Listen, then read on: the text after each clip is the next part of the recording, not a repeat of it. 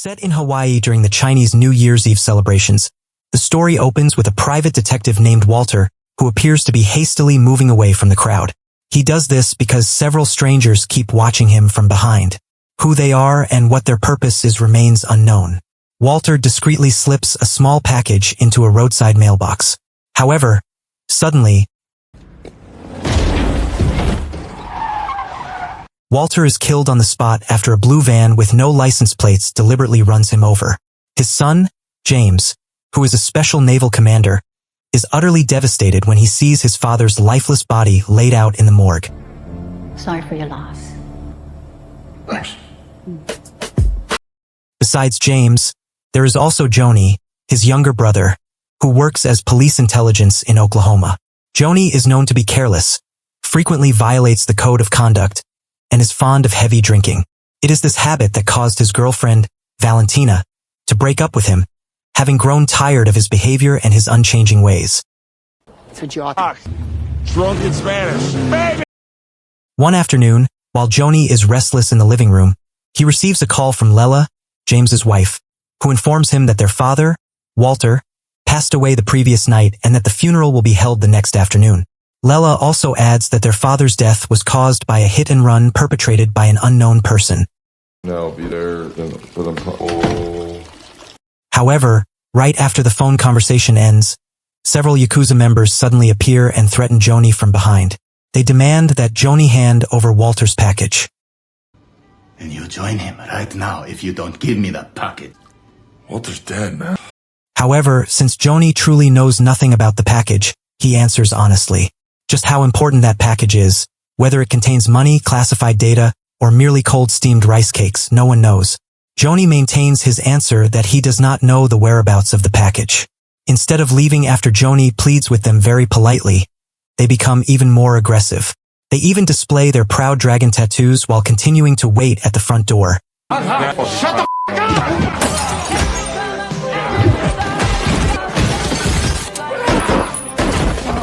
Making the situation increasingly tense. The fight spills over into the living room.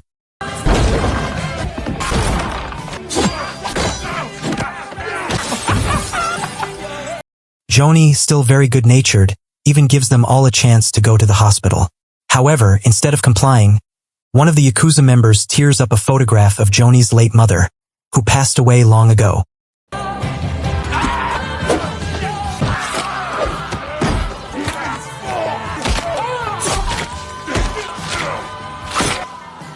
Before long, the day of the funeral arrives, attended by several gangster bosses who had been Walter's clients during his lifetime. Shortly after, Joni appears with a face covered in bruises from having beaten up the Yakuza members the previous night. After such a long time apart, the two brothers show no enthusiasm whatsoever at seeing each other. They had long been at odds due to frequent disagreements over various matters. Gentlemen, please. A close family friend, Governor Peter Mahoy. A few words of remembrance about Walter. A man named Mayho, who is a governor and also a close relative of Walter's, is present. Joni even considers him like his own uncle. After delivering a few words regarding the late Walter's services to the government, they proceed to scatter Walter's ashes into the middle of the sea.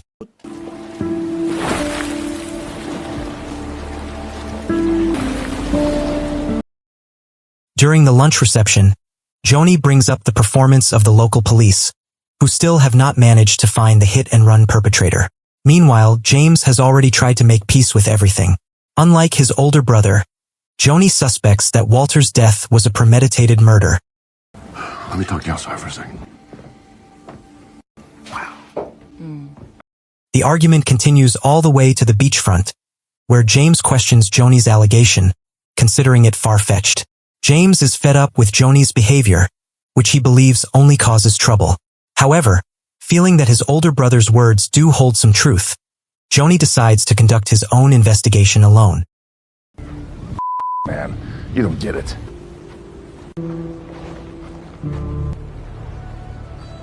The next day, Joni goes to Walter's residence to look for clues, but upon arriving, he finds that someone has already ransacked the house.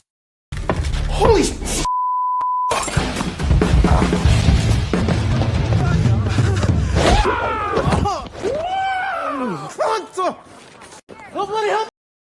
That person is named Fika, someone Joni had just beaten up because he mistook him for a burglar stealing Walter's belongings. In reality, Fika is Walter's trusted associate, working as a hacker and a master of disguise. From that point on, Fika will cooperate and assist Joni in his investigation. While Fika is still tending to his injured nose from the previous incident. Come here.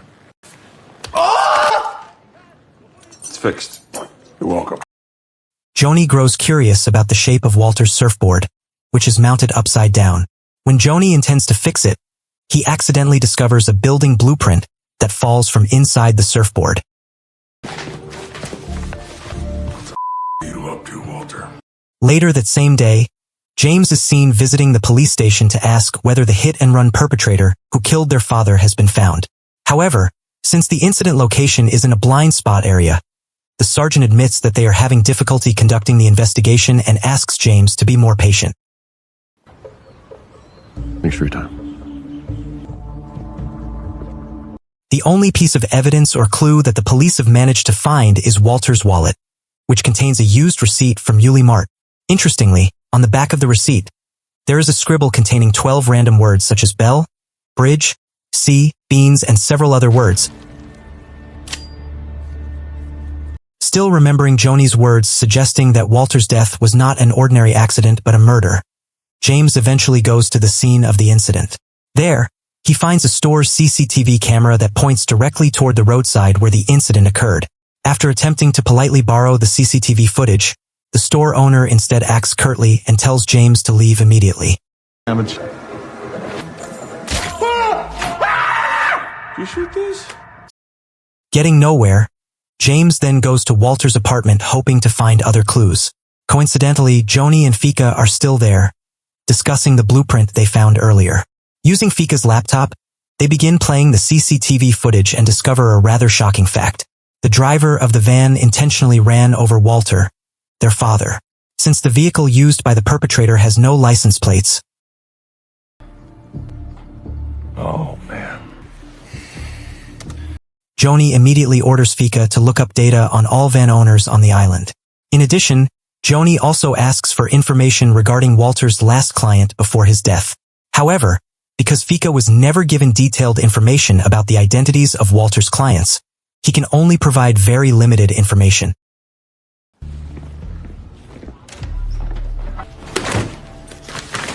On the way home, Joni then tells the story about the Yakuza members who had attacked him some time ago.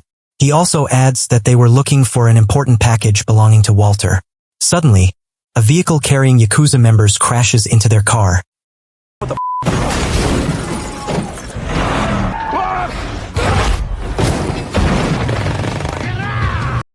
flipping it over.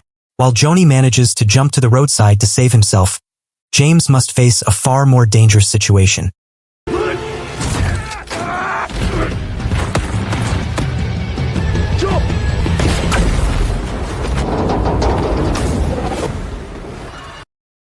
After managing to survive the incident, James and Joni immediately go to see the sergeant to hand over the flash drive containing the footage of the hit and run against Walter. Hearing that the two of them had just come face to face with the Yakuza group, the sergeant advises them to stop their investigation, concerned that the matter might escalate into something far bigger and more dangerous. With the help of their youngest sibling, who works in the government sector, they eventually learn that the blueprint they found is a design for a lavish casino owned by a wealthy businessman named Marcus. Given that casinos and all forms of gambling facilities are prohibited in Hawaii, the younger sibling finds it puzzling why Marcus would hire a private detective like Walter. In their opinion, it would make more sense for Marcus to simply bribe certain individuals within the relevant agencies. It's not a hotel, it's a casino. Don't worry. We blend. The next day, Joni receives a call from Fika, who has managed to persuade the sergeant to show him the data on van owners in the Hawaii area. Among the many names on the list, there is one of Japanese origin, Hayashi Imura. Whether it is a real person's name or not, Joni still asks Fika to investigate further. Hey, What? focus. I'm right here. I need you to find out what you can about this Hayashi imports. What's that? Don't worry. I know. Meanwhile, James goes to Marcus's residence disguised as a catering staff member. As it happens, Marcus is hosting a fundraising event with his business associates that day, giving James an opportunity to meet him in person.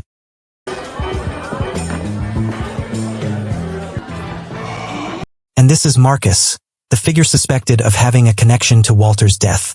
However, before James can get close to him, his attention is instead diverted by a beautiful woman who just walked past. Rather than focusing on his mission, he steps out and follows the woman. The woman is named Monica, who turns out to be Marcus's wife. You look like all kinds of... That's Holly. Holly. Upon hearing that Walter has passed away, Monica appears very shocked, as she had known Walter quite well. It turns out that Walter was the detective she had hired to monitor Marcus's activities, which she suspected included having a mistress. Stay at the penthouse of Kiani Towers. Since this matter is highly sensitive, Monica then invites Joni to her apartment so they can speak more privately. On the other hand, James actually does not need to go through the trouble of finding out who Hayashi Imura is, because he accidentally stumbles upon a clue that can bring him closer to that mysterious figure. James then finds a fallen business card belonging to a Yakuza thug named Nakamura. From this, it is revealed that Hayashi Imura is not a person's name, but rather the name of a Japanese company. When James tries to steer the conversation toward the blue van used by the perpetrators, Nakamura openly admits that he was the one who ordered his men to eliminate Walter because he was considered too nosy in Marcus's affairs. Furthermore, Nakamura already knows that James and Joni's arrival at that place is intended to avenge their father's death. Not long after, both of them are brought before Marcus for interrogation.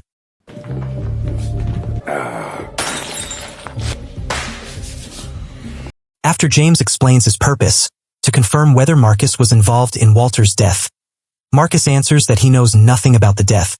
However, there is one thing he does admit. Walter had indeed been hired to monitor Monica's movements. Interestingly, Monica also admitted to having hired Walter for the same task, namely to watch Marcus. I hope that's not a problem. I paid Walter in full, and I even gave him a bonus for his disgrace. Realizing that being there is merely a waste of time, James finally urges Joni to leave and decides to conduct a more in-depth investigation. Recalling Monica's earlier invitation, Joni then goes to meet her. However, a shocking incident awaits him. Joni finds that Monica has died after falling from the 30th floor. After looking into what actually happened, it is discovered that Monica was killed by Marcus, her own husband. Marcus was consumed by jealousy and assumed that Monica's meeting with Joni was an affair. Upon hearing this, Joni immediately goes to Marcus's residence with the intention of settling the score.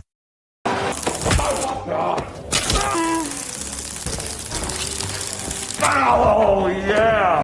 However, due to his reckless actions, Joni ends up being subdued after the guards shoot him with a stun gun. Expected to be killed, Joni is instead handed over to the police on charges of ordinary theft. Fortunately, thanks to Uncle Mayho's help, Joni is released that very same day. Upon arriving home, Joni receives a call from Valentina, who informs him that a package sent by Walter has arrived at his official residence in Oklahoma. Inside the package is a USB drive. Suspecting that this is the package the Yakuza group has been searching for all along, Joni immediately asks Valentina to fly to Hawaii and bring the package with her.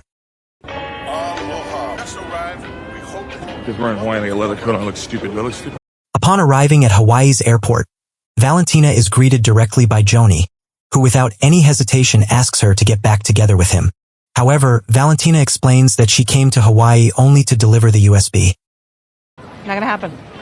Damn, right in the old. Get my balls? Yeah? On the way home, Fika begins to access the USB. When opened, the USB prompts for 12 random phrases as a login code. At this point, James remembers the 12 words found inside Walter's wallet and immediately gives them to Fika. Whether the USB truly belongs to Walter or not, one thing is certain: they must prove it immediately. However, just as Fika is about to log in, Oh my God!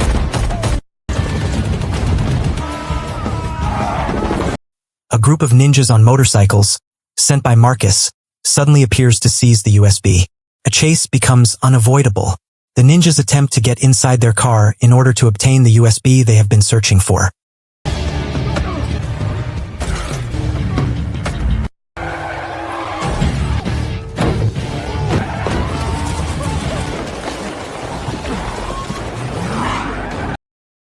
After successfully dealing with the motorcycle-riding ninjas, another threat emerges when several enemies in helicopters also join the pursuit.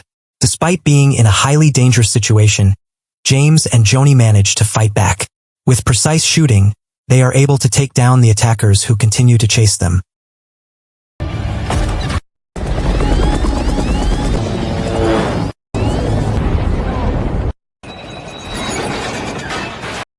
After the tension subsides, they finally manage to open the USB. Inside, there are transaction records worth millions of dollars.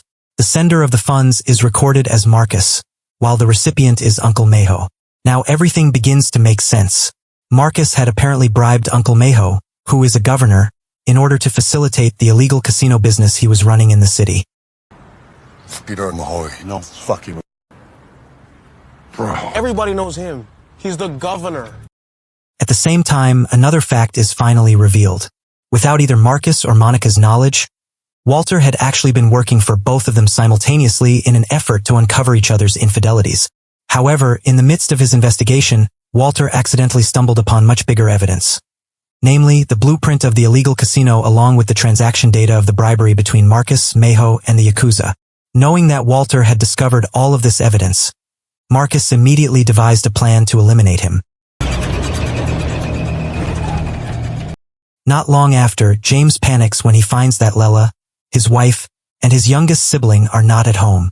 His panic intensifies when a phone call comes in. Turns out that all of this is Marcus's doing. He demands that the USB be handed over immediately if James wants his family to remain alive. You know where I live? $2. However, James realizes that his family will most likely still be killed even if the USB is given to Marcus. Realizing they do not have much time, James takes Joni to a warehouse to retrieve several heavy weapons. They are determined to raid Marcus's residence that very night. After successfully taking out 2 guards at the front line, James and Joni decide to split up to speed up the search. Joni enters through the back, while James chooses to go in through the front openly.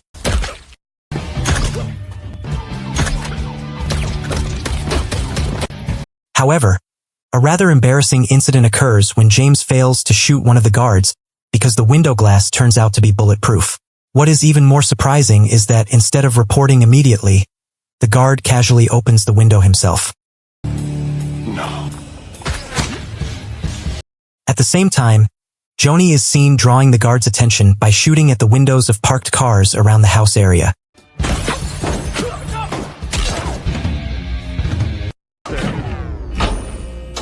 Because Joni manages to cut off all the electricity, Marcus immediately orders his aide to check the backup generator. However, since all the cables have already been cut by Joni beforehand, the aide appears confused. The situation worsens when he finds the guards already lying dead. Shortly after, through the aide's radio, Joni openly warns Marcus never to interfere with Walter's family again. Realizing that nearly all of his men have been neutralized, Marcus, beginning to lose his nerve, decides to flee and orders Nakamura to handle the matter.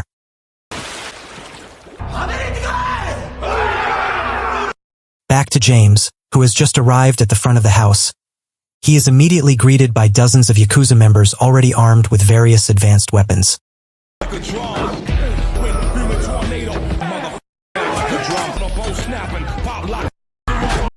However, it is not too difficult for James to take them down one by one.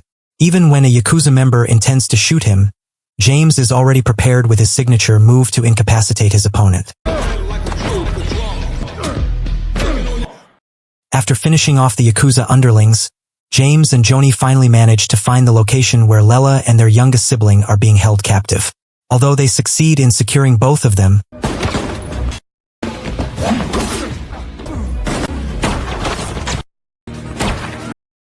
not long after, Nakamura suddenly appears and attacks directly. Although Nakamura is highly skilled with a samurai sword, his abilities are still no match for James's physical strength.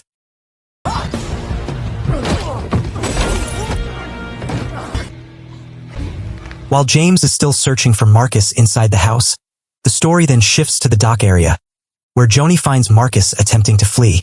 Joni actually intended to use his gun to stop him. However, Marcus, offended after Joni called him a coward,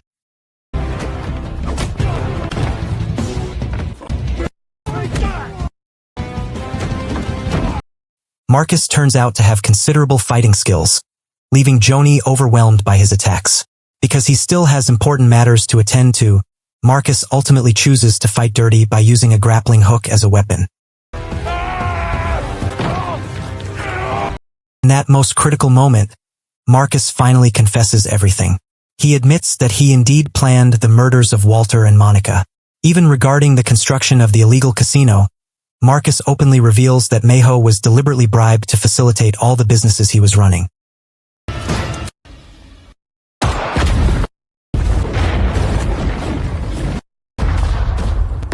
And yes, Marcus finally dies in an explosion. At the same time, Joni also falls into the sea, so his fate is momentarily unknown. Fortunately, this does not last long.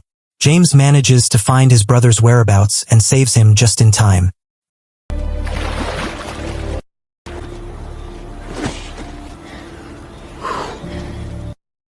Meanwhile, Uncle Mayho is immediately arrested on charges of money laundering and conspiracy to commit murder against Walter. Although he had tried to disappear, it all seems futile because the sergeant has already gathered sufficient evidence to incriminate him.